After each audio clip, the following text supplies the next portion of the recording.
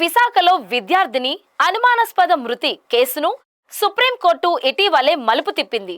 2 ఏళ్ల క్రితం దొండపర్తిలో college hostel భవనంపై నుంచి పడి మృతి చెందిన విద్యార్థిని కేసు ఇప్పుడు సిబిఐ చేతికి చేరింది.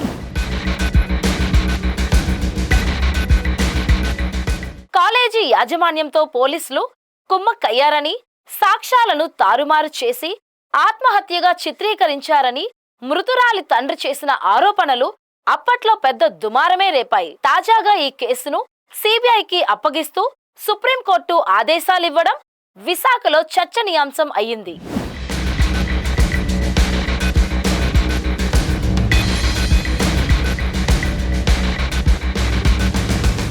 పశ్చిమ బెంగాల్కి చెందిన విద్యార్థిని రీతూ సాహు ఆకాష్ బైజూస్ కాలేజీలో ఇంటర్లో చేరింది. 2023 జూలై 14న రాత్రి దొండపర్తిలో కాలేజీ నిర్వహిస్తున్న సాధన హాస్టల్ భవనం పైనుంచి పడిపోగా ఆస్పత్రిలో చికిత్స పొందుతూ 17న మృతి చెందింది. ఫోర్త్ టౌన్ పోలీసులు మొదట ఆమెది ఆత్మహత్యగా పేర్కొంటూ కేసు నమోదు చేశారు. తర్వాత విచారణలో హాస్టల్ సిబ్బంది నిర్లక్ష్యం ఉందంటూ కాలేజీలో 2 హాస్టల్లో మరో 2 అరెస్టు చేశారు.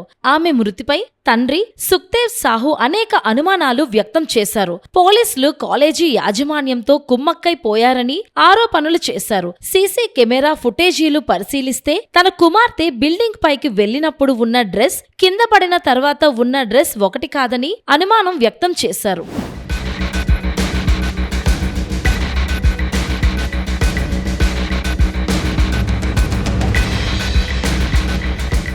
మృతురాలి తండ్రి పశ్చిమ బెంగాల్ ముఖ్యమంత్రి మమతా బెనర్జీని కలిసి విశాఖ పోలీసుల వ్యవహార శైలిపై ఫిర్యాదు చేశారు. దీంతో సీఎం కోల్కతాలోని నేతాజీ నగర్ పోలీస్ స్టేషన్లో కేసు నమోదు చేయాలని ఆదేశించారు.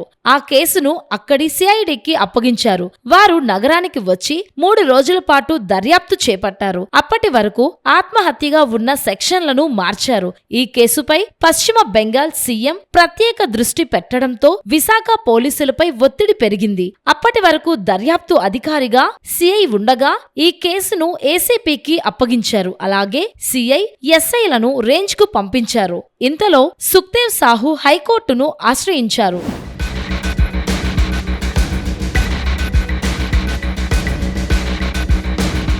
తన కుమార్తె మరణంపై అనుమానాలు ఉన్నాయని, సాక్ష్యాలు తారుమారు చేసే అవకాశం ఉన్నందున సీసీ కెమెరా ఫుటేజ్ కావాలని ఆమె తండ్రి కోరారు. దీనిపై కోల్కతా హైకోర్టు అడ్వకేట్ కమిషనర్ను సైతం నియమించింది. వారు ఇక్కడికొచ్చి ఆధారాలను సేకరించి హైకోర్టుకు అదే ఏడాది ఆగస్టు 28న అందజేశారు. ఇక విశాఖ సిటీ పోలీసులకు తలనొప్పులు తప్పవనే చెప్పాలి.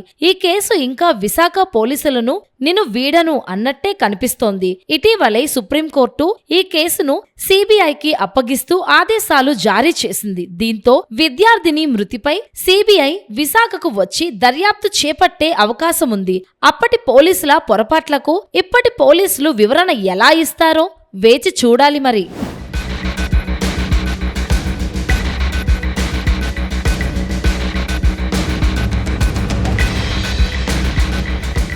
ఆ ఇన్సిడెంట్ జరిగింది 2023 జూలై. అప్పుడు నేను ఏడీజీ లా అండ్ ఆర్డర్ గా ఉన్నాను. అప్పుడు ఆ కేసు ఇన్వెస్టిగేషన్ సరిగ్గా జరిగిందా లేదా అది చూడడానికి నేనే వచ్చాను. చాలా మందికి తెలుసు ఆ ఇష్యూ. తర్వాత నేను కూడా రిపోర్ట్ ఇచ్చాను. ఒక పర్టికులర్ కేసులో ఏం జరిగింది అది సుప్రీంకోర్టు ఆర్డర్ లో ఉంది. మేము సుప్రీంకోర్టు ఆర్డర్ గురించి మాట్లాడకూడదు. సుప్రీంకోర్టు ఆర్డర్ ప్రకారం కేసు కూడా మేము హ్యాండ్ ఓవర్ చేస్తాము. అది ఒక సింగిల్ కేసులో ఏం జరిగింది అది కూడా 2 years బ్యాక్ జరిగింది. అది మనం ఇప్పుడు పరిస్థితి మారిపోయింది.